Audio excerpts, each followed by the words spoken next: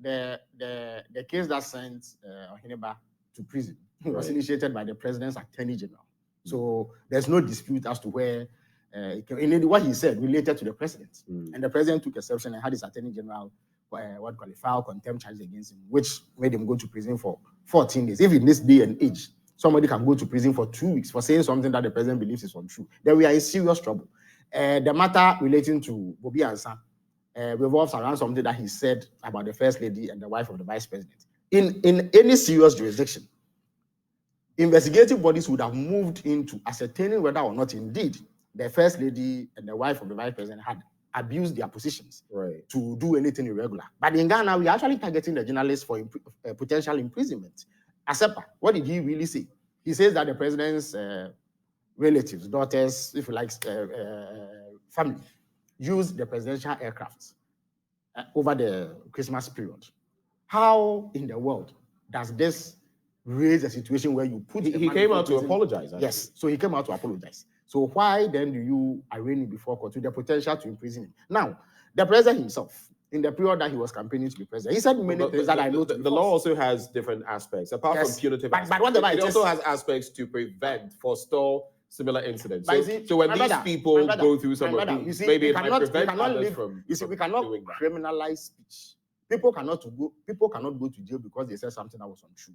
If that principle was ever applied to President Akufo-Addo, who is applying it now, he would not have been president. He would have ended up in jail. Because I know for a fact that at least on 3 or 4 occasions, he said things that were absolutely false. One of them was that he said President Mahama had printed diaries to the tune of $10 million. If this law was applied to him, he wouldn't be president. He would be in jail. So I'm not sure that we as a people should countenance this sort of behavior. But you see, it stems from the president's posturing.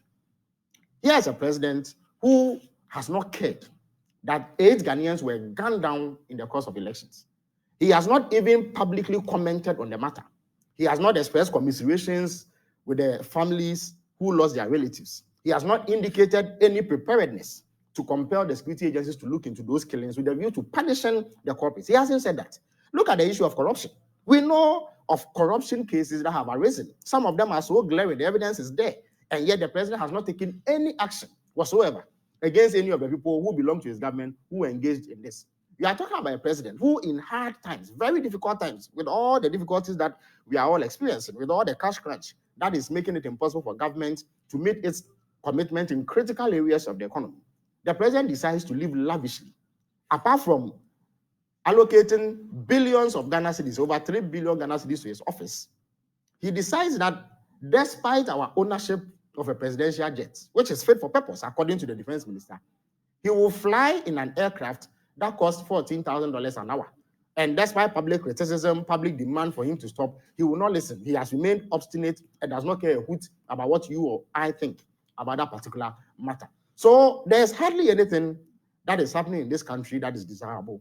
And it is making the lives of Ghanaians very miserable.